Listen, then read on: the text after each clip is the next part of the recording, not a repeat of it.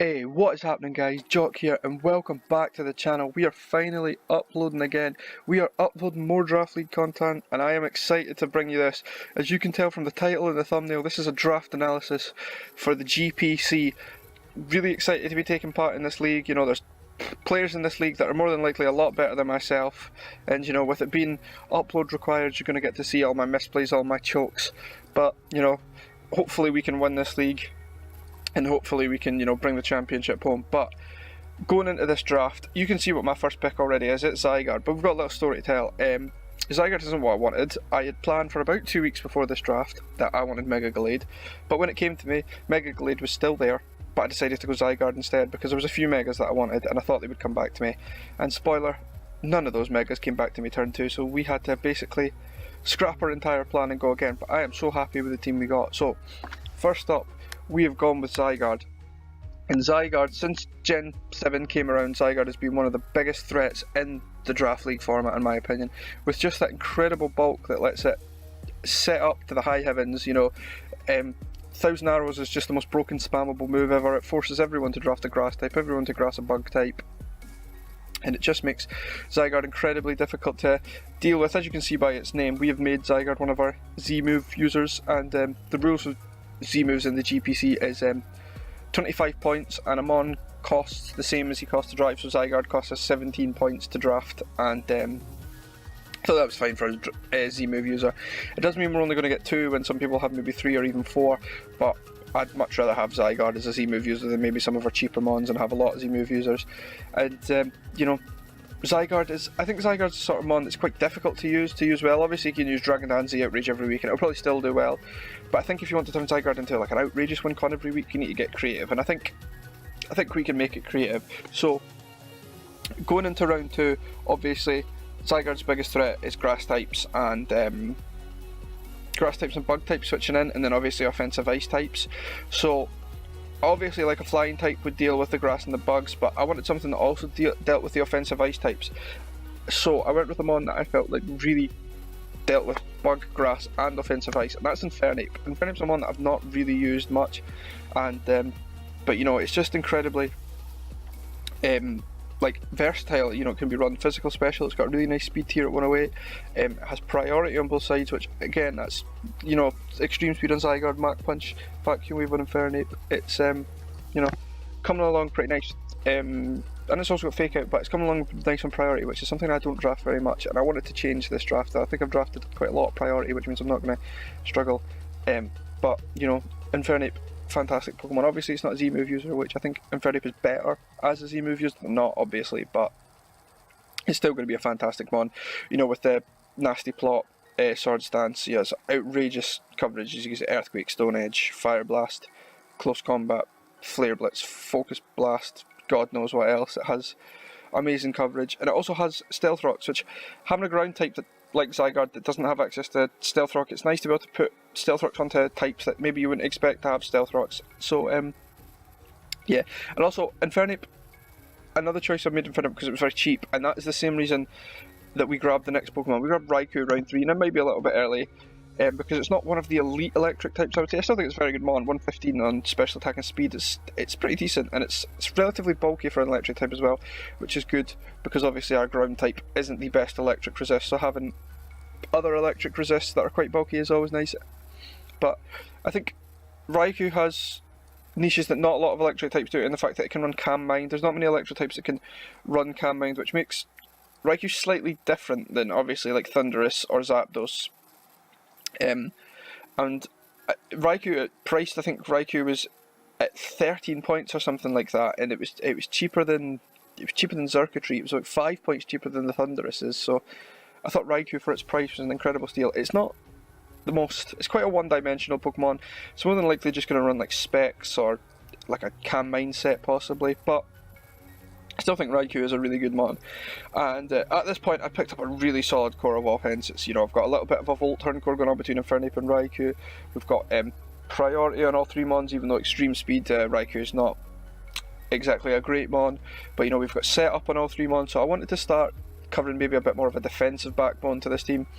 So obviously we've got flying, a bit of a, well, not really a flying weakness with Raikou coming obviously, but we've definitely got an ice weakness, even though Infernape resists it, but it's not a great resist.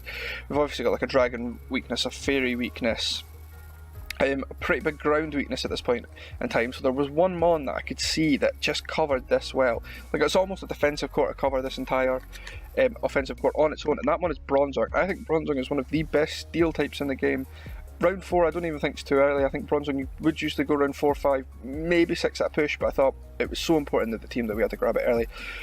And you know, Bronzong is just fantastic. It being incredibly slow gives it an incredibly powerful gyro ball, which is always nice.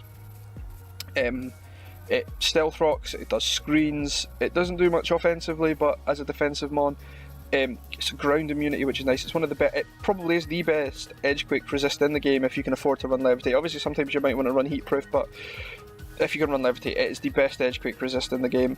And again, I felt like it really covered our weaknesses really well. It doesn't do much. It'll set up our stealth rocks most games. It'll probably, you know, check psychic types, check dragon types, and that's about it. So after Bronzong, this is probably the pick I regret the most, as I think it was just unnecessary. It's a mon that I've wanted to use for so long, and I think that's the reason I picked it, because it was still there and I've wanted to use it, and that mon is Starmie. I don't think Starmie's a bad Pokemon at all. Like, Starmie's coverage is incredible. You know, it basically comes along with that because of its psychic coverage, psychic typing, it gets amazing coverage that most psychic types get, along the things of like Energy Ball, Dazzling Gleam, Shadow Ball, Thunder Ball. I think it gets all them, and then obviously it gets like Water and Ice coverage because it's a water type, which makes Starmie very, very difficult to switch into.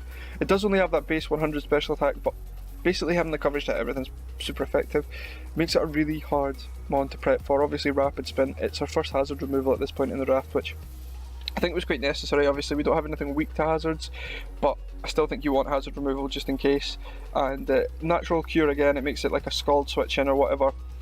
More than likely we'll run Analytic most weeks, but Natural Cure, if we need a Scald switch, and if we don't feel like we're bringing a good Scald switch in, we've got Starmie. But again, Starmie's another one that I would have liked to make a Z-move user, but again, with Cycling Zygarde, we just couldn't afford it. And it does beat Raikou as well, which I'm a little bit uncomfortable with, but I'm sure Starmie will be fine, and we'll get to use it well. So, going into our 6th pick here, I wanted to round out like a team that I feel like I could bring most weeks, even if, like, with the rest of the mons not needed. And we obviously needed our Mega. I wanted a bit more speed, and at this point I wanted a Fire Resist. Even though like Zygarde, Infernape and Starmie are all Fire Resist, none of them are really switching in because I feel like they could just run HP Ice for Zygarde, so we went with Aero. And I think Mega Aero is one of the most underrated Megas in the format. I think it's amazing. Obviously, I think the problem with Aero is its stabs are so unreliable. You run Wing Attack and Stone Edge. One is incredibly weak, and the other is just incredibly unreliable in the fact that it'll miss more than it'll probably hit. But it has that 135 base attack with Tough Claws, which actually makes Aerial Ace or Wing Attack quite powerful. The 150 speed means you're probably running Adamant on 75% of teams, if not more. And it actually isn't that bad bulk-wise. 80, 85 and 95 means that because you've got to be able to run quite a lot of HP, Aerodactyl is actually quite difficult to bring down. I think Rock Flying is a horrible typing, being like weak to so much stuff, very, very small amount of resists, but Aero's not here to take hits. Aero's here to probably, you know, maybe break down some walls or late game cleaning if we can kill off the inevitable Scarfers that are brought to outspeed Aero. So, going into, you know, the next round here, we've only got 2 Stealth Rockers. Aero is one of which we don't want to bring Stealth Rock on every time, and I don't know, I just felt like I needed a new Stealth Rocker. I wanted a Cleric. I'm not even sure if Starmie gets any Cleric moves. Does it get?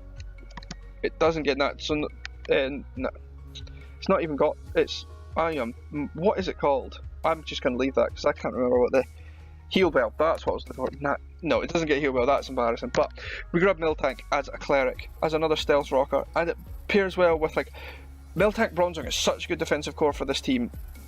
You know, Miltank now adds that Ghost Resist for Bronzong and Starmie. We don't have a Dark Resist yet, which we need to pick up later on, and we do, don't worry about that, but it's another Stealth Rocker, so that Bronzong doesn't always have to carry rocks, or Aero or Bronzong doesn't make up.